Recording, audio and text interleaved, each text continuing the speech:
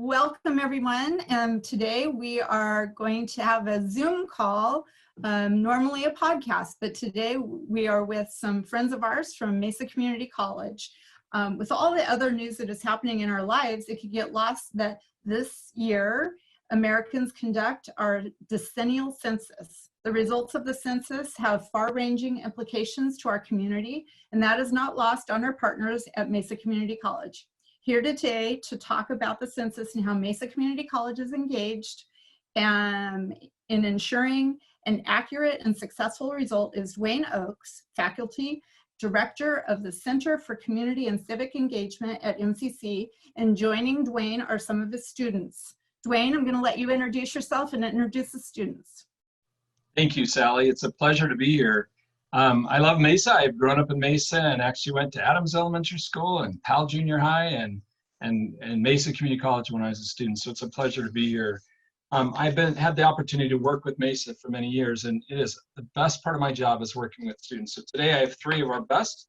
It's my pleasure to introduce Landon Peterson, who is our Phi Theta Kappa Vice President from our Red Mountain campus. Lynn Sainbear, who is actually one of our social workers in one of our service learning classes at Mesa Community College, and Carson Pickron, who's one of our engagement team student leaders and one of our future officers with Phi Theta Kappa. Great. Anybody want to say anything before we get started? No, okay. All right, well, we have some questions, so let's get into it. Duane, this question is for you. How has Mesa Community College and its students been involved in the decennial census? Thank you, Sally. You know, the coolest part, again, is Mesa Community College is committed to our community. It's part of our mission statement. It's part of our name. And one of our roles is that we're here to prepare students to be better engaged citizens. It's part of our department vision. It's also one of our civic engagement as one of our student learning outcomes. And we define civic engagement as basically actions to promote the quality of life in our community. And I can't think of a better way to change our community than learning about the census. And so one of our student groups, which is Phi Theta Kappa, has been basically every year they research a need. In fact, our quote that we use is find the need, take the lead, do the deed. And so earlier this year, they had fun researching needs in the community, and everything kind of led us to census. And so it's my pleasure to introduce Landon Peterson, who's going to talk about our census project. Yeah, thank you, Duane, and it's a pleasure to be here again. Thanks for letting us be here, Sally. Sure. So like Duane was talking about, I am one of the vice presidents of our Phi Theta Kappa chapter at Mesa Community College. To be brief, Phi Theta Kappa is the honor society for two-year colleges internationally. And again, as Duane said, each year we perform a research-based project called Honors in Action. A lot of time and effort on the subject of our choosing. And this year we decided to focus our efforts on researching and promoting the United States Census. And we found some really, really cool data. What did you discover through your research and the promotion of the census? So in our research and promotion of the census, we found that in the geographical area around our college, more than 60% of the population was not counted in the 2010 census. This underrepresentation is not unique to our area either, because we actually discovered that ethnic minorities are least likely to participate in the census. So a lot of people would ask, why is this such a big problem? A lot of people have speculated that this is just another government program, a way for them to track us down, etc. But each individual that is counted in the census brings approximately $30,000 of federal funding to our community in the following decade. So you think about that for a second, $30,000. Our community missed out on a lot of money in 2010. And ironically, that money would have been used to improve the quality of lives of those who live in our community. It's understandable, though, that people would be uncertain of participating in the upcoming census. That uncertainty and that fear is in large part due to a proposal for the inclusion of a citizenship question in the 2020 census. And this was a huge controversy. A lot of reasons were given to include this question. A lot of reasons were given to not include the question. But in the end, the citizenship question was taken off indefinitely. Research has shown that race and ethnicity actually have always been issues surrounding the census. The first census that was conducted in 1790, interestingly enough, it only counted white free men. So this lack of inclusion has resulted in, understandably, some mistrust towards the census, making people feel left out. So again, I can't emphasize enough that there is absolutely no question about citizenship on the 2020 census. But like I said, this talk about this question still brought a lot of fear within, especially the ethnic minorities in our area. There's a lot of undocumented workers that feared the government would use this information found in the census, maybe for deportation purposes or other means. But I can personally promise anyone that if they fill out the census, it will only have a positive effect on our community and family. It helps facilitate important aspects of our lives, like Pell Grant funding for college students, adoptions, highway safety, Section 8 housing, and tons more. And my fellow students over here are gonna go into a little more depth on what the census funding is used for. But know that in our research with Honors in Action in Phi Theta Kappa, we found that the census unequivocally helps out families and individuals in their communities. So that's what we found through our research. Great, thank you, Landon. So question for you, Dylan. How does the census fund social work on a national level and locally here in Arizona? Yeah, so there are hundreds of federal programs that rely on census data for funding.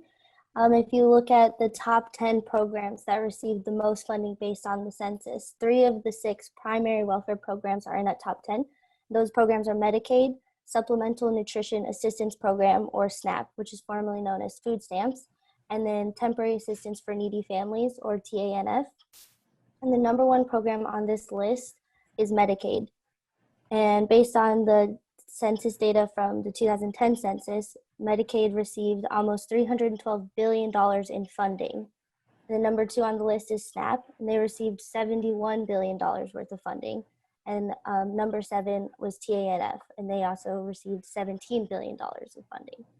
So some of the money that goes to funding Medicaid nationally will come to Arizona and cover those who are eligible for Medicaid here.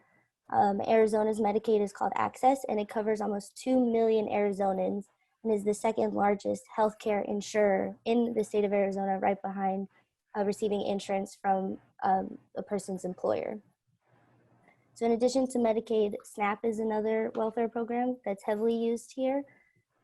Roughly 1 in 4 children will live under the federal poverty line in Arizona. This compared to the national average of 1 in 5 children.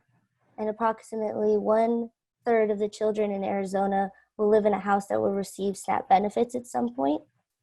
So I know welfare programs are a very controversial subject, but these are programs that millions and millions of people need. And so this is another reason why filling out the census is such a big, important thing to do. Great, thank you very much. So Carson, tell us why people are hesitant to take the census. You know, you think you found the golden goose, right? Landon and especially Dylan talked about the amazing benefits that the census have, but unfortunately, it is not part of our culture to talk about the census. And I believe truly that the number 1 reason why people hesitate to participate in the census is merely the fact that they have no clue what is going on. All they know is that it's the federal government taking their personal information, which is very scary, right? It's the same as a child, I was completely scared of the dark because I had no clue what was there. And because it was a blank canvas, I created monsters and boogeyman and monsters in the bed. And so it's the same concept with the census is all we know is that they're taking our information, and in an information age that we are in with Facebook and email accounts and all of these scandals of using people's private information for illegal activity, a lot of people are very worried about how is their information going to be protected. And so that actually led me to a wonderful conversation with a lady.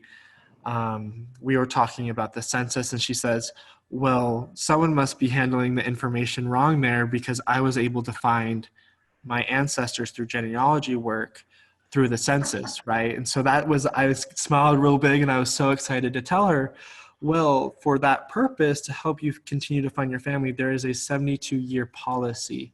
So your information, your records for 72 years are locked tight, and then it is released publicly to help those find their families. There's also everybody who works with the Census Bureau takes a life oath. So all those that handle our private information will be penalized heavily, $2,500,000 or 5 years in prison if they are caught misusing or mishandling our information. So there are securities, there are safeguards in place. Like Landon wonderfully said, there's a lot of mistrust because we're dealing with the government. Pew Research, which is a wonderful organization that does a lot of polling and collects data nationally, has discovered that we are at an all-time low. About 17% on average, Americans trust the government. So that means that 83% are having some issues there. So that's why that there is a lot of hesitation is the fact that there's no knowledge, and there's already that preconceived, preset attitude towards working with the government. So that's the wonderful thing that I've been able to do, is to help change that, to help educate our community with Landon and with Duane about why the census is so important. And thank you so much for letting us come here today, Sally. It's been wonderful to get to talk to you. Well, thank you guys. I've learned a lot so far, and I think some of the information that you've shared will be new to others too. So Duane, let's wrap this up. Tell us why it's so important for the census to have the correct count, and how can people who haven't yet filled out the census participate? Great. Thank you, Sally. Again, we covered one of the most important funding. We're talking about millions and millions of dollars that will directly impact every single one of us, and every single one of us use it. And so it's really important that we participate in it. But there's also another really important one, is that this also will determine our congressional seats in Washington. We are really close to getting one more congressional seat. And by having all of our residents, all our citizens report back their duty as filling out the census, it will hopefully give us another congressional seat. And that's something that benefits us as well in many other capacities. So it's really important that we do it for those two reasons. And it's going to be easy. This is the first time it's ever been done on the computer. You can do it right on your phone. You can do it on the computer. And all you want to do is literally, if you just type in my2020census.gov, it will take you to their website. By doing that, then you can go to the website, you can fill it out. If you don't have your code, you can do some extra kind of things in there, and it'll help you get to the right site. But taking it will help ensure financial stability for our community for the next 10 years. And that's why it's really important. So again, go to my2020census.gov and complete your census today. Awesome. Grateful to be here, Sally, and thanks for the opportunity. Well, thank you all. I mean, obviously, we need help like what Mesa Community College has stepped up to do, so that's appreciated. Any other tidbits? Anything else anybody wants to share? If not, we'll wrap it up. But anything else? You know, I would have just said, the only thing I was going to say is I just want to shout out, because this project, every year they identify a need, they find that need, and then they do something. And just last week, the census project for Mesa students was recognized as one of the top in the nation. So our chapter was just recognized as the 8th most, finalists in the nation, the 9th chapter in the world. And this project was chosen to be printed in what's called the Civic Scholar. And there's only 13 schools that ever get that. So that's pretty cool. So the work they've done, the hours, they've spent thousands of hours. And I'm grateful to the city of Mesa we worked with on the census task force. And it's been a great educational experience for me and hundreds of our students that have done this for service learning projects, for leadership experiences, and just because they know that it's a good thing to do in our community. Awesome. Well, thank you guys for joining us today. I would say on the Inside Business podcast, but we're not really technically doing a podcast. But thanks for taking time out of your day to talk about the census and the importance of everybody getting online and getting it taken care of. I know I did mine, and it literally took just a few minutes. So something that everybody should do. Thank you all. It's nice meeting you guys. Great to meet you. Thank you. You bet. Thank you guys. Have a great day. Bye-bye. You too.